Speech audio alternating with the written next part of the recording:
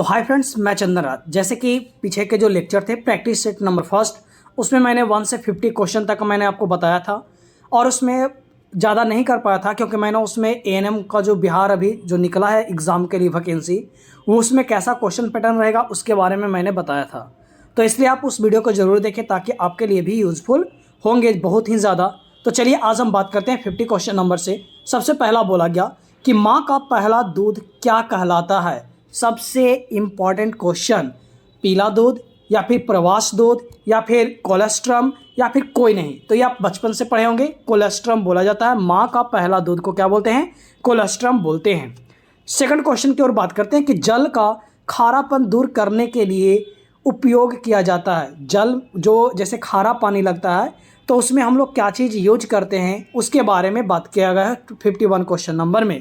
तो सबसे पहला जल को उबाल कर पीना, दम करेक्ट है। सेकंड बात करते हैं ब्लीचिंग पाउडर मिलाकर, नहीं, ये पानी को क्लीन करने के लिए ब्लीचिंग पाउडर का यूज किया जाता है। सी नंबर चूना मिलाकर, ये करेक्ट है। And D number sodium carbonate, ये भी करेक्ट है। बात करते हैं पोटेशियम परमैंगनेट, तो ये नहीं दिया जाता है, यानी जो हमारा आंसर होगा ए, सी एंड डी, जल को उबालकर सोडियम कार्बोनेट डालकर चूना मिलाकर हम लोग खारा पानी को दूर करते हैं। नेक्स्ट क्वेश्चन बात करते हैं 52 नंबर, गंदे जल निकासन की उत्तम व्यवस्था क्या है, यानी गंदे जल को कैसे निकाला जाता है। तो उसके लिए सबसे पहला सोखता गड्ढा, यानी गड्ढा बनाना है जहाँ पे पानी क्या हो, सोख लाते हो। फिर बात करते हैं बी नंबर नालियाँ बनाकर। सी नंबर शाक बाटिका में इस्तेमाल कर। तो यहाँ पर जो आंसर होगा, आप एक ऐसा गड्ढा बनाएं जहाँ पे पानी सोख लेता हो, तो ए नंबर सही है। एंड सी नंबर कि जो जैसे बगीचा वगैरह है छोटा मोटा, आप वहाँ पे उसको पटाने में यूज कर ले, तो ये आपका आंसर क्या होगा, ए एंड सी यहाँ पे आंसर होंगे। 53 नंबर क्वेश्चन बात करते हैं कि रोग संक्रमण के लिए अति संवेदनशील रोग क्या है, यानी एक दूसरे से फैलने वाले जो रोग संक्रमण के कारण से कौन है जो सबसे ज़्यादा अति संक्रमण है, संवेदनशील है। तो सबसे पहला बात करते हैं टीबी, ये नहीं है, ये इलाज हो जाता है। इन्फ्लुएंजा सही है।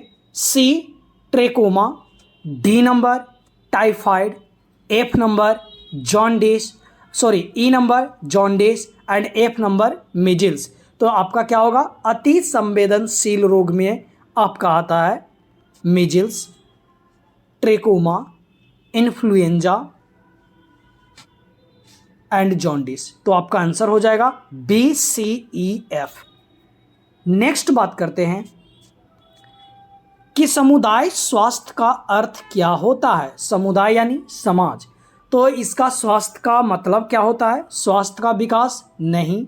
सेकंड रोग का उपचार, सी नंबर में जो दिया हुआ है, नहीं। संक्रामक रोग का निदान करना, नहीं। समस्त स्वास्थ्य एवं वातावरण की स्वच्छता, ये करेक्ट आंसर है कि अपने वातावरण को कैसे स्वच्छ रखना है और जितने भी लोग हैं उसे कैसे स्वस्थ रखना है। तो ये आपका समुदाय स्वास्थ्य का अर्थ होता है। 55 नंबर क्वेश्चन में दिया गया है कि पूर्णवास दल के सदस्य होते हैं। पूर्णवास दल के सदस्य कौन कौन होते हैं, तो नीचे में आपको दिया गया है चिकित्सा वर्ग, दम सही बात है। क्षेत्रीय नेता, नहीं, ये गलत है। पूर्वासर इंजीनियर, ये है। सामाजिक कार्यकर्ता, दम सही बात है। B number nurse, D number आहार विशेषज्ञ, ये नहीं है। F number BDO. तो आपका जो आंसर होगा ये आपका होंगे चिकित्सा वर्ग, यानी ए नंबर ऑप्शन। पूर्वासर engineer, E number. And D number B nurse, D number आहार विशेषज्ञ एंड जी नंबर सामाजिक कार्यकर्ता।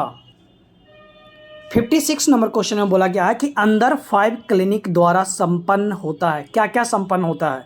सबसे पहला ऑप्शन दिया हुआ है सामान्य रोग का इलाज, बी नंबर रक्त मलमूत्र खराब आदि की जांच, सी नंबर बच्चों के स्वास्थ्य की देखभाल, डी नंबर बच्चों के माँ को परिवार नियोजन संबंधित सलाह एंड ई नंबर स्वास्थ्य शिक्षा।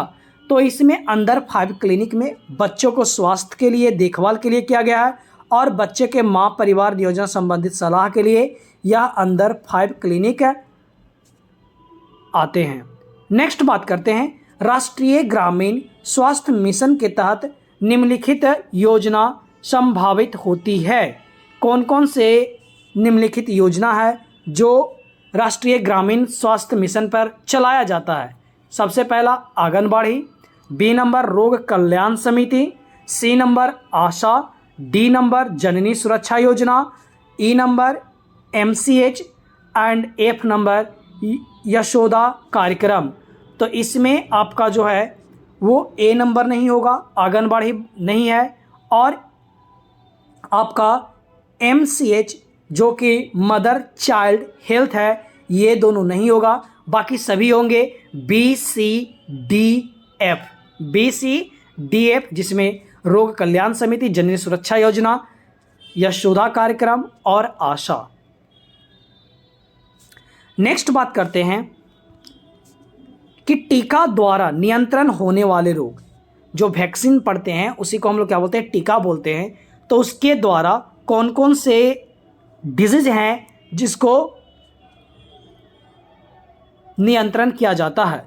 सबसे पहला मीजल्स, सेकंड दिया हुआ है डायबिटीज, सी नंबर दिया है हुपिंग कफ, डी नंबर दिया हुआ है डिप्थेरिया, ई नंबर दिया है ट्रेकोमा एंड एफ नंबर दिया हुआ है रेबीज।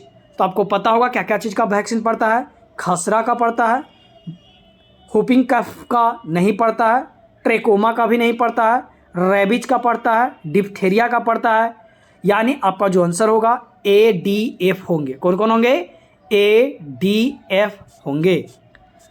अगर आप फ्रेंड्स अगर वैक्सीन के बारे में अगर आपको नहीं नॉलेज है तो प्लीज़ आप हमारे प्लेलिस्ट में जाएंगे और ANM के प्लेलिस्ट में आप दिया हुआ है कि कौन कौन से वैक्सीन का पड़ता है, वो आपको पूरे किस मंथ में बच्चों को कौन सा पड़ता है, तो ये सभी आपको दिए हुए हैं। तो प्लीज़ आप उसे ज़रूर देखें ताकि आपको एग्ज़ाम में वो ईजी हो। 59 नंबर क्वेश्चन की ओर बात करते हैं कि मच्छर से फैलने वाले रोग कौन सा है? पहला मलेरिया, दूसरा प्लेग, फलेरिया, डेंगू, रेबीज, कालाजार। तो आपको पता होगा रेबीज डॉग ये सभी के काटने से होते हैं, डॉग या फिर कैट ये सभी कोई एनिमल्स काटते हैं जिसके कारण से होता है। लेकिन दो चीज़ को छोड़कर, एक रेबीज जो कि एनिमल्स को कट करने से होता है एंड प्लेग चूहा ये सभी के कारण से होता है, ये दो के छोड़कर बाकी जितने भी हैं वो सभी मच्छर के काटने से होते हैं। चाहे वो मलेरिया हो, चाहे वो फलेरिया हो, डेंगू हो या फिर कालाजार हो, ये सभी मच्छर से फैलने वाली बीमारी हैं। नेक्स्ट क्वेश्चन की ओर बात करते हैं कि निकट संपर्क में होने वाले रोग यानी पास कांटेक्ट आने से कौन कौन से डिजीज होते हैं जिसके बारे में बात करते हैं। सबसे पहला मधुमेह, नहीं। सेकंड बात करते हैं कुष्ठ रोग, ये दम सही है। थर्ड बात करते हैं टाइफाइड, ये नहीं। फोर्थ बात करते हैं खुजली, ये सही है। एंड एड्स, ये भी सही है। कालाजार, ये गलत है। यानी यहाँ पे आपको जो ऑप्शन सही होगा वो आपके कौन कौन से हैं? BDE, ये आपके सही ऑप्शन हैं। नेक्स्ट क्वेश्चन की ओर बात करते हैं कि जीवित जीवा टीका कौन सा है? लाइव वैक्सीन उसको बोल सकते हैं, वो उसी को हिंदी में बोलते हैं जीवित जीवा टीका कौन सा है? सबसे पहला यहाँ पे ऑप्शन में दिया हुआ है टेटनस, नहीं। सेकंड बात करते हैं BCG, ये लाइव वैक्सीन है। सी नंबर टाइफाइड, ये भी नहीं। पोलियो, ये लाइव वैक्सीन है। एंड ई नंबर चेचक, तो ये तीनों क्या है? लाइव वैक्सीन है। ये याद रखिएगा कि BCG, पोलियो, चेचक ये तीनों क्या है? जीवित जीव टीका है। इसी को बोलते हैं लाइव वैक्सीन के नाम से जानते हैं इंग्लिश में। 62 नंबर क्वेश्चन बोला गया है ओरल पोलियो को कितने डिग्री सेल्सियस पे रखा जाता है? ओरल पोलियो टीका को कितने डिग्री सेल्सियस पे रखना चाहिए? तो यह 20 से 25 डिग्री सेल्सियस तापमान पर रखा जाता है। ओरल पोलियो टीका 20 से 25 डिग्री सेल्सियस पे रखा जाता है। याद रखने वाली यह क्वेश्चन है, बहुत ही इंपॉर्टेंट है। बात करते हैं PHC का बेड स्ट्रेंथ क्या होता है? PHC जो होते हैं प्राइमरी हेल्थ सेंटर, उनमें कितना बेड होना चाहिए? 5 बेड, 10 बेड, 20 बेड या 30 बेड? तो इसमें कितना होना चाहिए? 5 बेड होना चाहिए। पीएचसी में कितना होते हैं? 5 बेड। बात करते हैं कि पीएचसी में कुल कितने कार्यरत कर्मी होते हैं? प्राइमरी हेल्थ सेंटर में कितने लोग काम करते हैं? तो कितने करते हैं? 17। कितने करते हैं? 17। ये एक लाइन में याद रखने वाली बात है कि पीएचसी में 5 बेड होते हैं और यहाँ 17 जो कार्यकर्ता कर्मी हैं वो काम करते हैं। 65 नंबर क्वेश्चन की ओर बात करते हैं कि WHO के भारत मूल का मुख्यालय कहाँ है? WHO भारत मूल का मुख्यालय कहाँ है? तो ये न्यू दिल्ली में। कहाँ है? न्यू दिल्ली में है। बात करते हैं 66 नंबर, प्राथमिक स्वास्थ्य के अंतर्गत कितने स्वास्थ्य उपकेंद्र होते हैं? प्राथमिक स्वास्थ्य के अंतर्गत कितने उपकेंद्र होते हैं? तो ये आपका कितने होते हैं? 4 से 5 उपकेंद्र होते हैं। कितने होते हैं? 4 से 5 उपकेंद्र होते हैं। बात करते हैं 67 नंबर क्वेश्चन कि बहुउद्देश्य कार्यक्रम के तहत पद नाम हो गए। कौन कौन हुए जिसके बारे में पूछा गया है? तो सबसे पहला बोला गया बुनियादी स्वास्थ्य कार्यकर्ता, पुरुष हो चाहे महिला हो, बहुउद्देश्य कार्यकर्ता या फिर पर्यवेक्षक या फिर स्वास्थ्य सहायक। तो ये यहाँ पे जो बहुउद्देश्य कार्यक्रम के तहत जो यहाँ पे जॉब दिया जाता है या फिर जो काम करते हैं वो होते हैं स्वास्थ्य सहायक एंड बी नंबर बहुउद्देश्य कार्यकर्ता। तो बात करते हैं अब 68 नंबर क्वेश्चन के बारे में कि 1976 के पहले परिवार कल्याण का क्या नाम था? समिति परिवार, छोटा परिवार या फिर परिवार नियोजन। तो जो 1976 में परिवार कल्याण का नाम परिवार नियोजन था। बात करते हैं वंदे मातरम योजना लागू कब हुआ था? वंदे मातरम योजना लागू कब हुआ था? तो ये कब हुआ था? 9 फरवरी 2004 को हुए थे। 9 फरवरी 2004 को वंदे मातरम योजना हुआ था और 1976 के पहले परिवार कल्याण का नाम परिवार योजना नियोजन था। अब बात करते हैं 70 नंबर क्वेश्चन में कि RCH फेज 2 कार्यक्रम कब शुरू हुए थे? तो RCH फेज 2 कार्यक्रम 1 अप्रैल 2005 को शुरू हुए थे। पल्स पोलियो कार्यक्रम कब प्रारंभ हुआ था? तो पल्स पोलियो कार्यक्रम यह 1995 में प्रारंभ हुए थे। फिर से एक बार ध्यान से सुन लीजिएगा कि RCH फेज 2 कार्यक्रम थे वो अप्रैल 2005 को शुरू हुआ था, जबकि पल्स पोलियो प्रोग्राम है वो 1995 ईस्वी में शुरू हुआ था। अब नेक्स्ट आगे बात करते हैं 71 नंबर क्वेश्चन के बारे में, 72 नंबर के कि कौन सा डे कब मनाया जाता है? ये इंपॉर्टेंट है, एक बार देख रहे हैं। जैसे राष्ट्रीय एड्स डे, तो यह कब मनाया जाता है? तो ये आपके 1 दिसंबर को मनाया जाता है। राष्ट्रीय एड्स डे 1 दिसंबर। अंतरराष्ट्रीय नर्सेज दिवस ये आपका 12 मई को मनाए जाते हैं। विश्व कैंसर दिवस ये आपका 4 फरवरी को मनाया जाता है। विश्व स्वास्थ्य दिवस ये आपके 7 अप्रैल को मनाए जाते हैं। एक बार फिर से सुन लीजिए, राष्ट्रीय एड्स डे ये आपका 1 दिसंबर को मनाया जाता है। अंतरराष्ट्रीय नर्सेज दिवस या 12 मई को मनाया जाता है। विश्व कैंसर दिवस 4 फरवरी को मनाया जाता है। विश्व स्वास्थ्य दिवस यह 7 अप्रैल को मनाया जाता है। अब हम बात करते हैं फ्रेंड्स 73 नंबर क्वेश्चन के बारे में कि विश्व में परिवार नियोजन कार्यक्रम किस देश ने पहले शुरू किया था? फिर से क्वेश्चन सुन लीजिएगा कि विश्व में परिवार नियोजन कार्यक्रम किस देश ने शुरू किया था? तो सबसे पहला यह भारत में स्टार्ट किया गया है।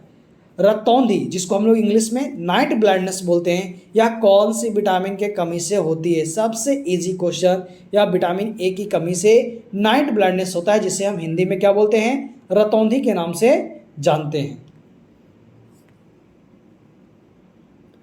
अब बात करते हैं 75 नंबर क्वेश्चन के बारे में कि विटामिन सी की कमी से क्या होता है? तो विटामिन सी की कमी से स्कर्वी होता है। दम इजी क्वेश्चन है। लोहा की कमी से क्या होता है? यह बच्चा जानता है कि अनीमिया होता है। लोहा की कमी से अनीमिया, विटामिन सी की कमी से स्कर्वी और हड्डी के विकास के लिए क्या चीज़ का जरूरत होता है? तो हड्डी क्या चीज़ से बना हुआ है? बोन। या कैल्शियम फास्फोरस से रहता है, तो कैल्शियम की मात्रा सबसे ज़्यादा होता है, तो इसलिए कैल्शियम की जरूरत होता है बोन के विकास के लिए। घेघा रोग किसके कमी से होता है? ये बच्चा जानता है। आयोडीन की कमी से घेघा रोग होते हैं। आयोडीन की कमी से घेघा रोग होते हैं। बच्चों में क्वाशियोरकर रोग किसकी कमी से होता है? बच्चों में क्वाशियोरकर रोग किसके कमी से होता है? तो यह प्रोटीन के कमी से होता है। कुपोषण का प्रमुख कारण क्या है? कुपोषण का प्रमुख कारण क्या है? तो प्रोटीन कैलोरी की कमी। किसके कमी हो जाना? प्रोटीन कैलोरी की कमी होने के कारण से कुपोषण होता है, जबकि क्वाशियोरकर यह प्रोटीन के कमी के कारण से होता है। अब हम बात करते हैं 1 वर्ष तक के बच्चे को क्या बोलते हैं? सबसे इजी क्वेश्चन, 1 वर्ष के बच्चे को क्या बोलते हैं? तो इन्फेंट्स बोलते हैं। और आपको पता होगा कि न्यू बॉर्न बेबी जो जस्ट अभी जन्म लिया है, 0 से 1 मंथ तक के बेबी को न्यू बॉर्न बोलते हैं। फिर उसी तरह से नेक्स्ट टोडलर था, तो जो गुड़कते हैं यानी 1 से जो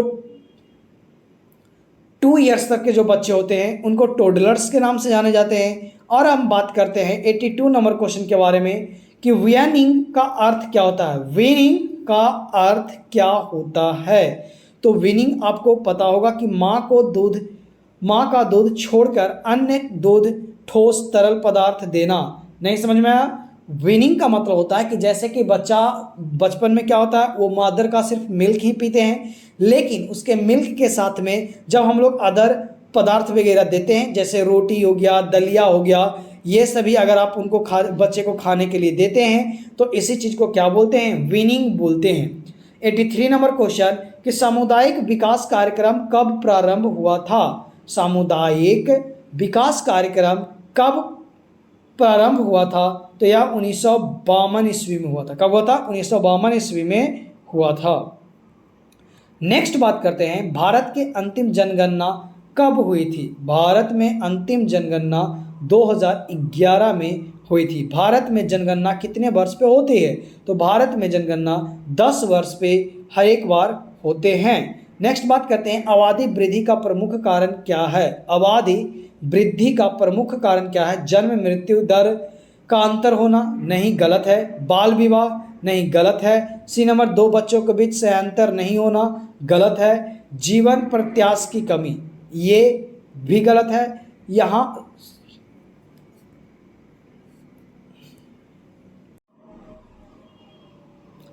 86 नंबर क्वेश्चन, आबादी वृद्धि का प्रमुख कारण क्या है? जन्म मृत्यु से अधिक का अंतर होना? सही है। बाल विवाह? ये भी सही है। 2 बच्चों के बीच में समांतर नहीं होना यानी गैप नहीं होना, जैसे इस साल अगर बच्चा हुआ तो नेक्स्ट ईयर में भी प्रेग्नेंट्स हो जा रहे हैं, तो जिसके कारण से गैप नहीं होने के कारण से भी आबादी वृद्धि होते जा रहा है। जीवन प्रत्याशा की कमी? ये भी सही है। यानी इसमें से जो जितने भी ऑप्शन दिए हुए हैं वो सभी क्या है? सही है। अब तो ऑप्शन कौन सा होगा? ई नंबर ऑप्शन होंगे। नेक्स्ट बात करते हैं 87 नंबर क्वेश्चन के बारे में। हमेशा याद रखिएगा फ्रेंड्स कि कोई भी क्वेश्चन का पूरा आंसर पढ़ने के बाद ही, चारों ऑप्शन पढ़ने के बाद ही आप टिक लिख मारिएगा, बिकॉज एक एक क्वेश्चन का 2-2, 3-3 ऑप्शन भी सही होते हैं, तो इसलिए ध्यान हमेशा देना है। जैसे नेक्स्ट क्वेश्चन में बोला गया 87 में कि किस श्रव्य दृश्य उपकरण में बिजली की खपत नहीं होती है? किस श्रव्य दृश्य उपकरण में कोई भी बिजली का खर्च नहीं होता है? सबसे पहला मॉडल सही है, ब्लैक बोर्ड ये भी सही है, टीवी गलत है, रेडियो गलत है, या फ्लिप चार्ट।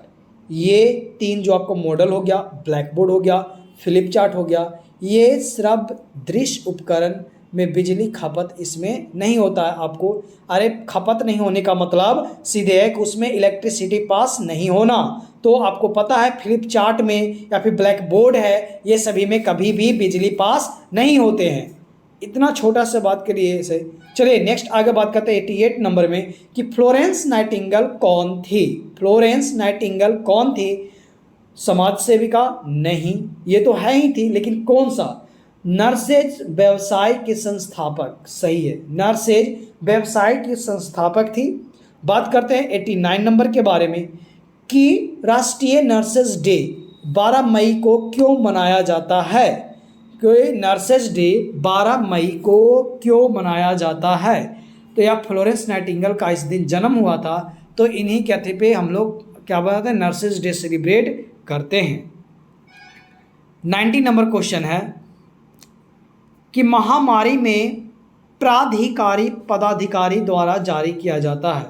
क्या जारी किया जाता है? तो आपको पता होगा कि जब भी कोई महामारी होते हैं तो नोटिफिकेशन यानी अधिसूचना निकाले जाते हैं। 91 नंबर क्वेश्चन कि त्रिस्तरीय पंचायती राज व्यवस्था के तहत कौन होता है? त्रिस्तरीय यानी 3 स्तर वाले पंचायती राज की व्यवस्था के तहत कौन सा होता है? ग्राम पंचायत, पंचायत समिति, जिला परिषद, प्रखंड पंचायत या जिला पंचायत? तो इसमें जो आपका आंसर होगा वो आपका होगा ए नंबर ग्राम पंचायत, फिर होंगे आपका पंचायत समिति and E number is the जिला परिषद। तो ए सी ई आपका आंसर हुआ। नेक्स्ट बात करते हैं 92 नंबर के बारे में कि दाई का प्रशिक्षण कितने दिनों का होता है? दाई का प्रशिक्षण कितने दिनों का होता है? तो यह 1 मंथ का होता है। ग्रामीण स्वास्थ्य रक्षक का प्रशिक्षण कब होता है? ग्रामीण स्वास्थ्य रक्षक का प्रशिक्षण कितने माह का होता है, कितने दिनों का होता है? तो ये जो आपका क्या हो जाएगा ऑप्शन नंबर, ये आपका 3 माह का होते हैं। अब बात करते हैं 94 नंबर क्वेश्चन के बारे में, आशा का भुगतान कैसे होता है? तो आशा का भुगतान है जो कार्य के आधार पर होते हैं। ग्राम पंचायत भुगतान कहने का मतलब उसका सैलरी, उसे पैसा कैसे मिलता है। ग्राम पंचायत का प्रधान कौन होता है? तो मुखिया होते हैं। कौन होते हैं? मुखिया होते हैं ग्राम पंचायत का प्रधान। बात करते हैं पंचायत समिति का प्रधान कौन होता है? तो पंचायत समिति का प्रधान प्रखंड प्रमुख होते हैं। जिला परिषद का प्रधान कौन होता है? तो जिला परिषद का प्रधान जिला पंचायत अध्यक्ष होते हैं। कौन होते हैं? जिला पंचायत अध्यक्ष होते हैं, जो कि जिला परिषद का सबसे प्रमुख होते हैं। बात करते हैं 98 नंबर के बारे में कि जन्म के समय नवजात का वजन कितना होना चाहिए? जन्म के समय नवजात का वजन कितना होना चाहिए? तो आपका कितना होना चाहिए? 3 किलोग्राम से ज़्यादा, 3 केजी से ज़्यादा होना चाहिए। बात करते हैं 99 नंबर कि 2 बच्चों के बीच समानता के लिए परिवार नियोजन का सर्वोच्च साधन क्या है? निरोध का इस्तेमाल करना, कॉपर टी लगवाना, या फिर एटीपी कराना, एमटीपी करवाना, या फिर खाली खाने वाली गोली का इस्तेमाल करना। तो आपका आंसर हो जाएगा कॉपर टी लगाना। लास्ट क्वेश्चन 100 नंबर कि क्वारंटाइन का अर्थ क्या होता है? लॉकडाउन में सभी को क्वारंटाइन किया जा रहा था, तो बताइए कि क्वारंटाइन का अर्थ क्या होता है? गांव छोड़कर बाहर चले जाना? नहीं। सेकंड बात करते हैं संक्रामित रोगियों का गांव में नहीं रहना। फिर बात करते हैं सी नंबर संक्रमण से ग्रसित रोगियों को मिलने का मनाही। तो आपका कौन हो जाएगा कि जो संक्रामक के से जो फैले हुए लोग हैं, पर्सन है या पेशेंट है, तो उससे मिलने में ना देना, ये होता है आपका क्वारंटीन का मतलब होता है। Thank you so much friend last तक सुनने के लिए, एंड जल्द ही आपको लेकर आ रहा हूँ सेट प्रैक्टिस 3rd में, जिसमें फुल्ली 100 क्वेश्चन रहेंगे। अब 100 का आपका सेट चलेगा। आप इसे ज़्यादा से ज़्यादा शेयर करें। Thank you so much friend.